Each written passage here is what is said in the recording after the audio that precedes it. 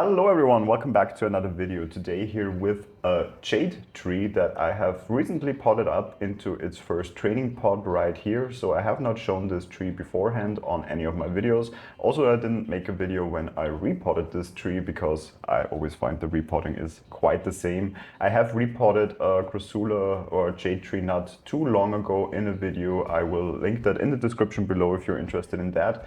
But the plan for this jade tree here today is actually working on the form, because I simply took it out of the garden center pot. I got this one in and put this in this training pot here. As I said, it has been in here now for a couple of days, and I thought it is about time to also get the shape in the direction that we want to take it. So that is the goal for today.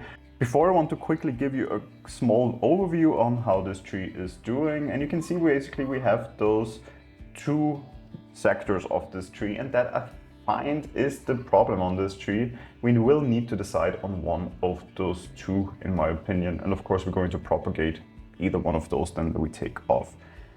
A bit about this species. This is, you can see, not the usual jade tree you often find in garden centers. It's this variety that has this very elongated round leaves. They're often called also golem jade or hobbit jade or Shrek ear jade, so they have many different nicknames.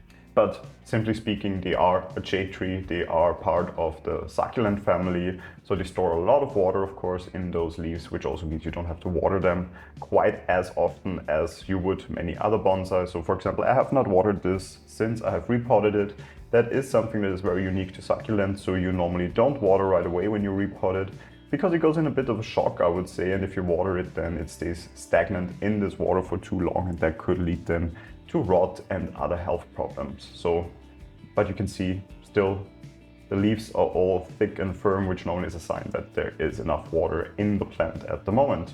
So, but let's come actually to the goal of today, which is, as I mentioned, shaping this tree. And I think the big flaw on this tree is that we have basically two separate trees in here that could look nicely, but unfortunately they are right now both on the same trunk.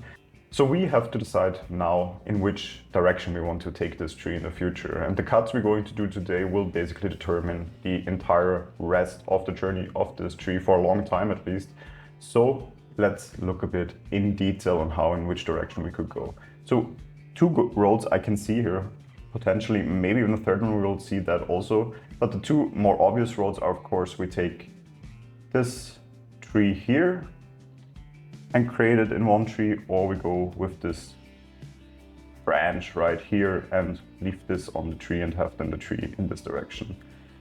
I personally tend to favor this branch here, and let me tell you why. Because I feel like it already has better taper than the other one. So what I mean by that is, we can see the trunk is quite thick already here, I would say, and it nicely tapers out here, so it gets thinner and thinner the higher up we go on this branch. However, on the other branch, and let me see if I can show you that from probably this area the most, we have a bit of inverse taper also here, where there's a lot of new growth coming out, and it simply is a bit thicker in comparison to the rest of the trunk, and it makes it look more like a shrub and not as a developed tree that has tapered out over years. So in my opinion, I will take out this one. Another thing that speaks a little bit against this part also is it's very top heavy. So we only have the foliage up here, a lot of foliage up here. Here it's all a bit more compact. It's still newer as it seems, so also quite easy still to form this in the future. So this allows us simply more potential. And another thing, as the branch here is already thicker, when we propagate this, then afterwards, and it will grow roots, because succulents normally always grow roots when you propagate them, we already have a great start here for a new tree. So I think that all speaks for taking off this branch right here. That is exactly what we're going to do now. So I'm going to get my concave cutter. I use this tool because the shape of the tool allows me to go really as close as possible, and we won't have a bump or a stump here anywhere on this area when we take it out. So it will eat a little bit inside this branch and then make it nicely formed here. You will see in a second once we actually take this out. So I would say we go roughly from here. Let me hold on to this. And as it is a succulent, it actually comes off quite easily. So we took out this huge chunk of the tree, and you can see quite a clean cut here. I will let this callus over for a couple of, probably 1 or 2 days, I would say normally it takes to callus over, and then I will try to propagate it in soil. So definitely this will be made into another tree. Let me put it to the side for now, and let's look at what we're left with and if we still have to go in somewhere. Because at the moment we're left, of course, with this part here and lower parts also here. I feel like we can still probably remove some of the parts here a little bit, or even remove some of the more top heavy parts right here. But this is more than detail work. I would rather focus still on this side here. So let me turn it around, take a look from that, which I find the more appealing part of the tree anyway. And I can see we have a lot of growth coming from this specific branch right here. So I probably would even, just for now, take out the tip here, stunt the growth here a little bit. And probably also take this one out down here. So for that, I'm actually gonna switch to my scissors to just remove this downwards growing leaf right here. And this is still a little bit in the way, I feel. I don't want to take all the foliage from here, but again, I want to stunt the growth here more than it is right now. So if we take that out, how does this already look? It's already, in my opinion, better looking, but maybe we even take it a bit further than that. The question is, do we maybe even take this out completely and leave the small growth that is happening here on it? And really focus on the top here, so basically creating a literati style tree. Because I think that would actually look nice with this very specific looking species of succulent, species of jade.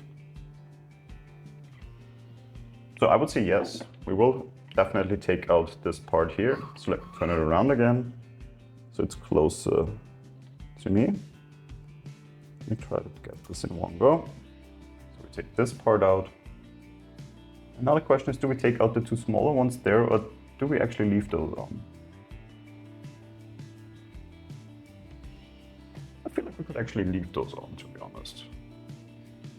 Here's a lot of new growth happening. I like that. This will also grow outwards a little bit, so this will spread out in the future, open up quite nicely here. And then we might not even take, or we might not even need this part right here at the moment. But for now, I think I would leave it on. Take a look from all the sides again. I feel like the height here is still a bit of a topic. And we might actually go a bit more drastic here and even take this out.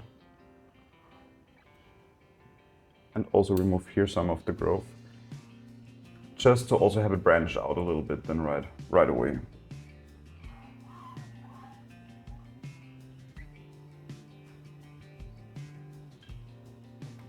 So I think for the start, to set it up for new growth coming from this point, this is definitely a good start. And do like this as a side branch here, but also this could potentially like grow nicely in this area.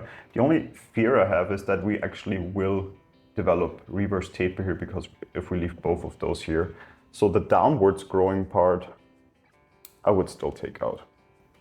But that definitely is it for now. We need to leave, of course, some foliage on. Of course, a lot of new growth will happen here. There might be happening some growth coming also back from the parts where we took out the bigger branches.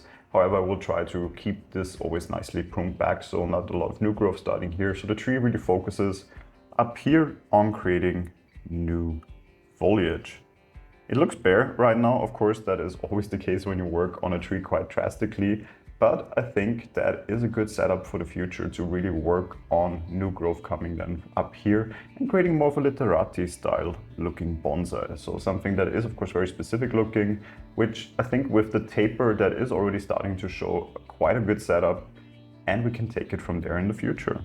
So we'll keep you updated on this tree. It is a jade tree, so they don't grow that fast, I must say. Of course, now in growth season, there is still a good chance that this one will have some new growth.